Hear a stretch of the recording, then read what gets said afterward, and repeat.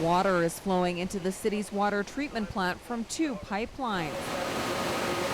And it's being successfully treated for drinking water. This has allowed the city to lift partial restrictions on residents and businesses. But the water worries are far from over. A few local citizens set up at City Hall to express their concerns. There's so much greed here. We're so focused on getting oil, getting the next resource out of the ground, and at the cost of destroying our natural habitat, we're destroying water. And they're just out this for money, so yeah, we can't drink money.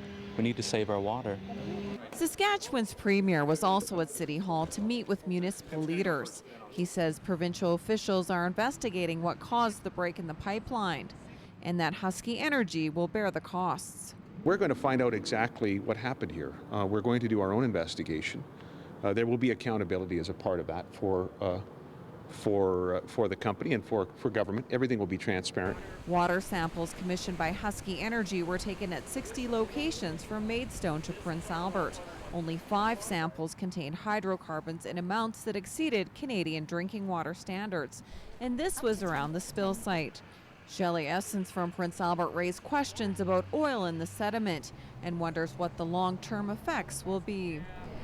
There's not going to be enough monitoring to actually be able to determine the safe levels of oil in the water for us to consume. At one point, at what point can we turn on that intake valve again? And also, so that's for the short term, but also in the long term, what would be the effects of the fish, the wildlife, the plants, us? These retention ponds were set to be decommissioned by the city, but they're now back in use, holding water from the pipelines. Water is being pumped from the Little Red River. The other line is from the South Saskatchewan, over 30 kilometers away. But the city says it needs to find a permanent source of water before winter.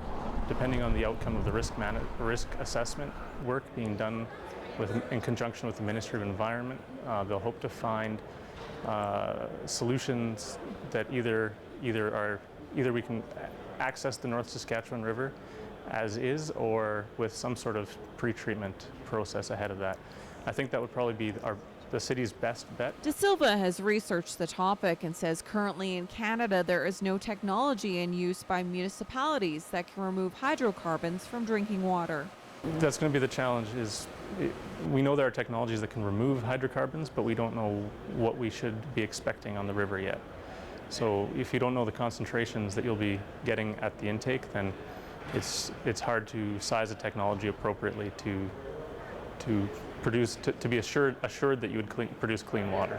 Water restrictions have lifted from car washes, laundromats, and dry cleaners. Kinsman Water Park remains closed for the time being. Residents can water lawns and fill pools and fountains on designated days. However, if there is an equipment failure, the city may change the water guidelines. For Go, I'm Lisa Rism.